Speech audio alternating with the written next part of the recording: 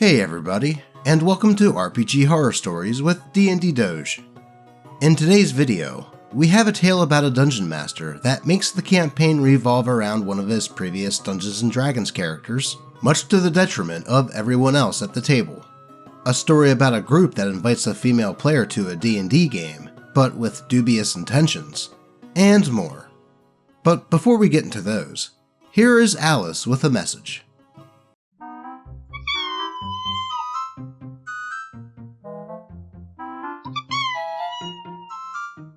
Thanks, Allie. I'm sure that they will. But with that said, let's get into these stories. DM's Wizard, Another Tale of Lost Agency, by Reddit user Fearsome to Behold. I was watching a video about DM tips and suggestions when a piece of advice, don't take player agency away, basically reminded me of this horror story.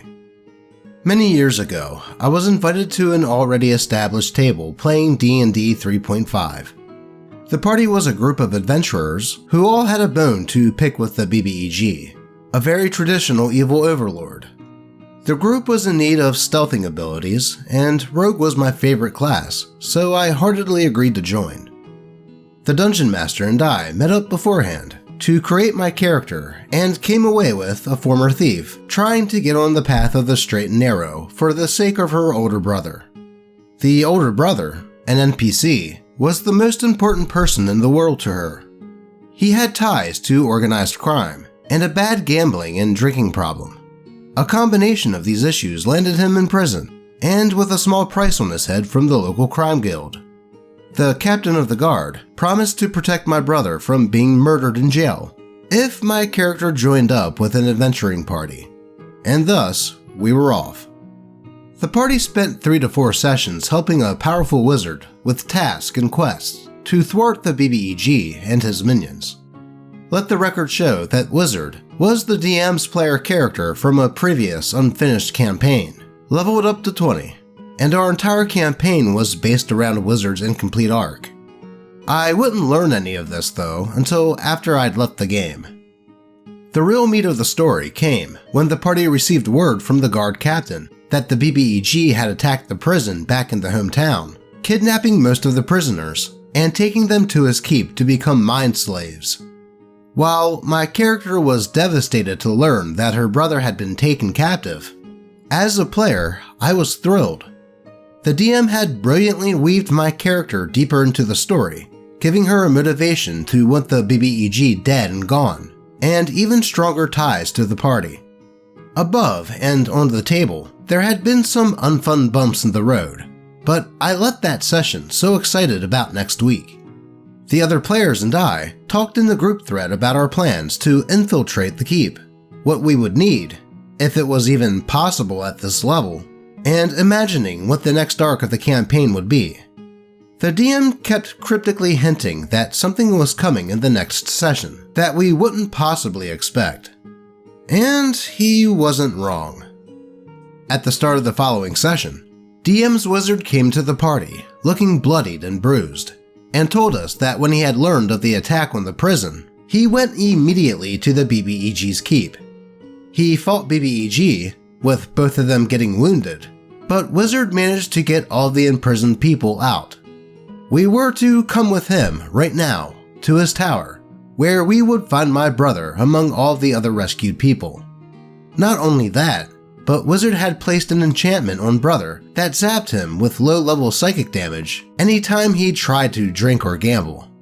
But Wizard wasn't finished yet. He also paid off all of the brother's debts, including those owed to the crime guild, who he threatened to stay far, far away from Brother. My disappointment was palpable. Obviously, my character was happy. Her brother was safe, and he was now, undeniably, better off than he had been before. But as a player, I couldn't help wondering what the heck I was supposed to do now. My character's entire arc had been solved in between sessions, by an NPC. Looking back on it now, I think the DM's logic was that my character would feel deeply indebted to Wizard, and thus be motivated to help him, not out of obligation to the guard captain and brother, but because, surely, She now knew how cool and strong and awesome Wizard was. This is supported by the goal of the following several sessions, which boiled down to, quote-unquote, fetch Wizard something. He needs to defeat BBEG. I dipped out pretty quickly after that, and the game ultimately paused indefinitely.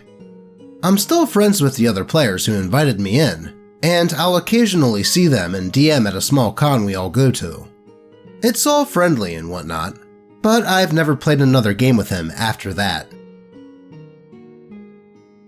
Man, that would have been a really good hook to get OP's character even more involved into the story. And I can understand how exciting it can be when a good dungeon master weaves something from your character's backstory into the main theme of the campaign. It definitely gives a boost to the player, and can help them get more into the roleplay. But instead, it was a wasted opportunity, as it sounds like the Dungeon Master wanted this game's main campaign theme to be how cool and in command his previous player character was.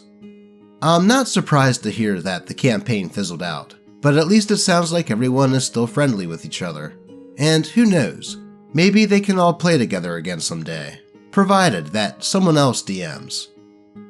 On to the next one. Found the group chat about trying to sleep with me, by Reddit user at least 9. This might be a bit long because a few things happened during the campaign. First off, for the longest time, I was the only girl in a party of 7. Although this isn't as dramatic or as awful as other stories, it still makes me angry when I think about it. About 3 years ago, I made a post on Instagram offering to Dungeon Master 5e for anyone that was interested, because my previous party had split up after leaving college.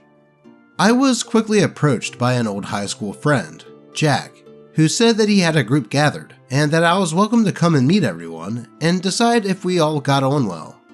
Jack was always very sweet in high school, so I agreed, and we all met at his flat that weekend to play a few non-D&D related games together and get pizza. After a few hours, we started talking about character ideas, rules, etc. I suggested that we talk about our boundaries in game so everyone knew what we were getting into. I'm a relaxed dungeon master. I don't mind if a player decides that they want to sleep with the barmaids, as long as it doesn't mess with the game. The only thing I said that I would not do, period, was rape. Everything else is at the discretion of everyone. This is important to know. Fast forward to actually playing. I'm not sure if other people have done this before, but I ran the Death House part of Curse of Strahd for about 4 sessions, till everyone was comfortable playing together, and then homebrewed a campaign from that. The guys were all pretty great up until this point. However, one of them, we'll just call him Mike, began to make a few awkward comments to me. Mike had decided to play a bard, and took my saying that I don't care if you hook up with NPCs very seriously. He tried to bang every single female. It got to the point where I had to speak with him out of game. He got very passive-aggressive by telling me I had already said that it was okay. Despite this, he did calm down a bit, and we continued playing. A few sessions later, Mike tries to rape a female orc while she's restrained and unconscious, as the rest of the party were elsewhere. I'm not even sure of his motive here, but he tried to make his explanations of his actions vague enough that they weren't specifically rape, but obviously were anyway. I stopped the game immediately and told him that if he didn't quit it, he was out for the rest of the session. He just laughed with his buddies and then stopped. Later that night, he sent me a hand-drawn picture of an orc, clearly modeled after myself, with his character grabbing her boobs. I told him that that crap was inappropriate, and that he wasn't welcome at the following session. The next day, he called me in tears, saying that he was really sorry and had drank way too much the night before. He also admitted that he had a crush on me, but didn't know how to convey that.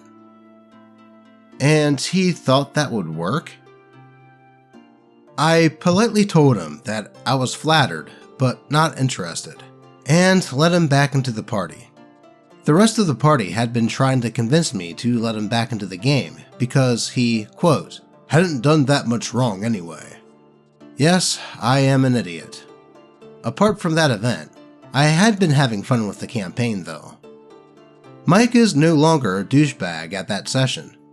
He's quiet, and one of the guys tells me that I embarrassed him, and now he's struggling to connect. Not my problem. Fast forward a few more weeks, and things are getting weird again. 2 more members of the party have attempted asking me out on dates, and I once again politely decline and carry on. The sessions are now getting a little awkward for me, because all the guys are flirting with pretty much every female NPC I place in the game. Slowly but surely, within a week, another guy confesses his love to me. I'm no longer enjoying the session, so I plan on finishing up the story branch and then calling it a day with the campaign and leaving. Not even a day later, Jack sends me about 20 screenshots from a private group chat of the boys. They literally had bets on who could sleep with me first. The entire group chat was discussing ways that they could flirt with or seduce me. A few screenshots of my own conversations between them, etc. It was so awful to look at because I thought these guys had actually been enjoying my sessions, but I was basically just there as a game myself. Jack told me that he was incredibly sorry that he hadn't said anything sooner, and that he was about to pull out of the campaign because of them. I told the party over Discord that I knew what was going on, and that I was disgusted and would not DM for them again. I think I added in that none of them were even close to being physically attractive to me, and then I left. It's been a while since this happened, but I still haven't heard from any of those guys again. Jesus Christ, talk about scumbag behavior. This story sounds like some sort of mid-2000s rom-com gone wrong, where one of the guys actually falls in love, drama happens, but they end up falling for each other in the end. But the only problem is, this is real life, and OP wasn't going to take any more of their crap. I'd say it's pretty sinister to have someone spend time to make a game for a group to play in, and then they pull that crap. So I don't blame OP for never speaking to them ever again. Like, seriously, what the fuck? I think we need a kitty palate cleanser after that one.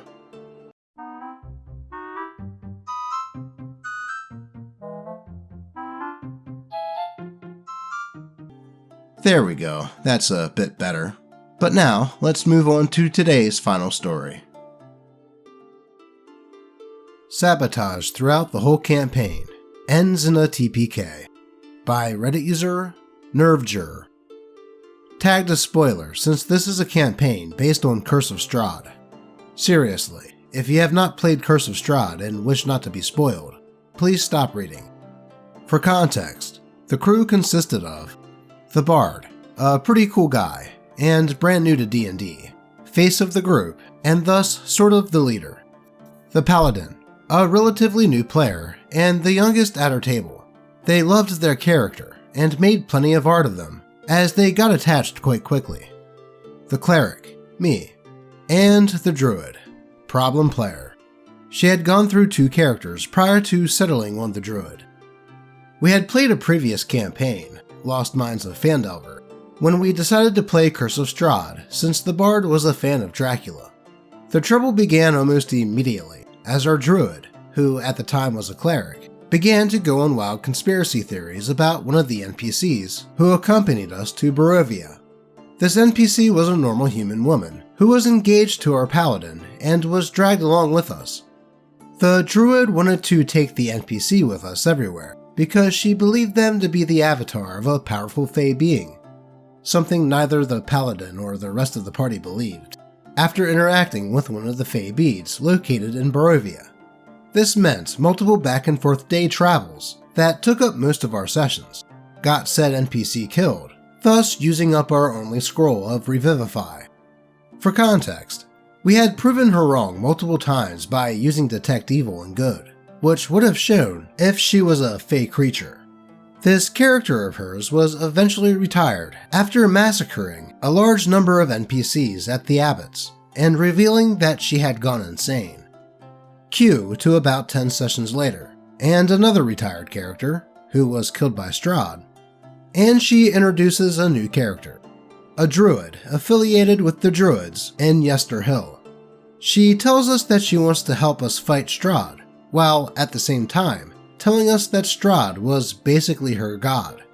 To that end, she continuously urged us away from objectives that would help us. She was against helping the Mad Mage recover his spellbook, defeating the Bone Grinder Mill Witches, helping the Were-Ravens, etc. She even got one of his brides that wanted to help us killed, after revealing to Strahd that she was a traitor. Another problem is that she was metagaming a lot, to the point of being threatened by our DM that if she didn't quit it, she would be kicked out. We found out later that she had already played through the module and knew the ending consequences, which she also spoiled before our last session. Now, I won't say that it's entirely her fault. We should have nipped it in the bud and told her that the character that she was playing did not align with the party, and thus could not travel with us. But I guess we were afraid of losing a player, and we only roleplayed in character arguments, instead of doing it as actual players. It all came to a head during our final session. To summarize, she went back on a deal with one of the NPCs that was meant to be an ally during the final fight, delayed us even further by sidetracking us and keeping us from chasing after Strahd, and by obscuring the sunlight from one of our magic items. Our fate was sealed when we were split up from each other after she decided to not trust our fated ally and began to interrogate him in the middle of a fight with Strahd, getting that ally killed, and then just going to an entirely different area of the castle. In the end, the paladin, the bard, and I managed to bring Strahd to 13 HP before we were taken out by a combination of legendary actions, fireballs, and missing party members. The aftermath sucked. The paladin was crying over losing their character. The bard and I were lamenting on how close we got to defeating the count, while the druid just packed up her stuff and left. We were told by the DM how the land continued to suffer for centuries, how an entire domain of dread was created, and how most NPCs, including love interests for everyone but the druid, either died or led sad lives after our deaths. The druid character actually survived and continued to live, even declaring that we weren't meant to succeed. I'm fairly certain that the DM even kicked them from our Discord group after that, but I'm not sure. If there is a lesson to be learned though, is not to be afraid to lose a player if said player is actively making the experience worse, which in hindsight should have been common sense, but you live and learn. Well, to me, it sounds like you guys had a that girl on your hands, derailing the game with the whole ordeal with the paladin's NPC wife, then to roll up a character that was basically sabotaging the rest of the party, only to come to find out later that she had played the module before, so she knew exactly what she was doing. In my opinion, it almost sounds to me like the Dungeon Master was in cahoots with the druid, if the epilogue that he read after you guys failed to kill Strahd was any indication, and with how her character lived on and stated that they weren't meant to succeed. Though OP did say that they think the DM kicked Druid from the Discord after that, but who knows. I do have to say though, at some point, you would think that the players' characters would realize that this Druid was the cause of their failures at some point. But maybe the way things happened, perhaps OP and the other players could only do so via metagaming. Either way, here's hoping that OP and the rest of the players get another shot at Strahd in the future, and this time come out on top. But that is all I have for you today. As always, I appreciate all of you, and may your games remain horror story free. Until next time.